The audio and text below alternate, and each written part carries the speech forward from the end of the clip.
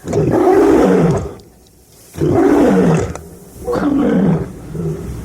Hi friends, আমাদের চিড়িয়াখানা ভ্রমণ চলছে।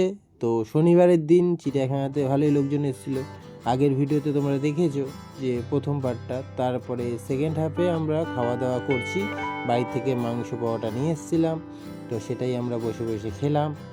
খেয়ে দিয়ে এবার নেক্সট এখানে দেখবে লিস্ট লাগানো রয়েছে কোন পশু কত মিটার দূরে রয়েছে আর কত নম্বর খাঁচায় রয়েছে।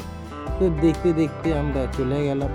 তো এটা ভেড়িয়া মানে ভেড়িয়া হয় না, ওই টাইগার জিন্দা হেতে সালমান খান যেগুলোকে মারামারি করছিল, সালমান খান আর তার ছেলে। ঠিক আছে, তো একটা শালিক পাখি ঢুকে গেছে, ওটাকে দেখতে পেলে এবার খেয়ে নেবে। তো তার আগে অনেক দোকানপাট আর সুন্দর সুন্দর কল লাগানো রয়েছে। জিনিসগুলো দেখে আমার খুব ভালো লাগলো। বহু বছর পরে এলাম চিড়িয়াখানায়, ছোটোবেলায় এসেছিলাম। আচ্ছা, বাজ পাখিকে কে চিড়িয়াখানায় রাখে ইয়ার? মানে দেখো, বাজ পাখি কে চিড়িয়াখানায় রাখে? এই যে রাজহাঁস, ঠিক আছে, সুন্দর লাগছে দেখতে। রাজহাঁসগুলো দুটো রাজহাঁসের জোড়া যেরকম ঘুরে বেড়ায় জলে, সুন্দর ঘুরে বেড়াচ্ছে।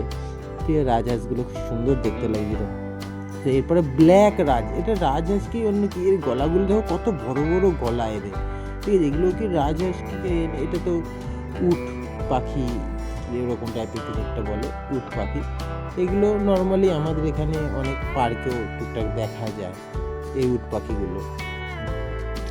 আর এগুলোও ছিল, দেখছিল এগুলো মানে পায়ে দেখে শক্ত হয় আর নখগুলো কি বড় বড় হয়। এই মালটা দেখছে আমার দিকে, তাকে দেখি পেলে পরে ঠকে না। এই যে আমাদের বনের রাজা সিংহ, আই থিঙ্ক ওইটা ওর বউ হবে, ও ছেলে এটা রয়ে গেছে। তো তারপর চলো আমরা অন্যদিকে যাই। এবার বাঘ মামার গায়ে চলে এসেছি।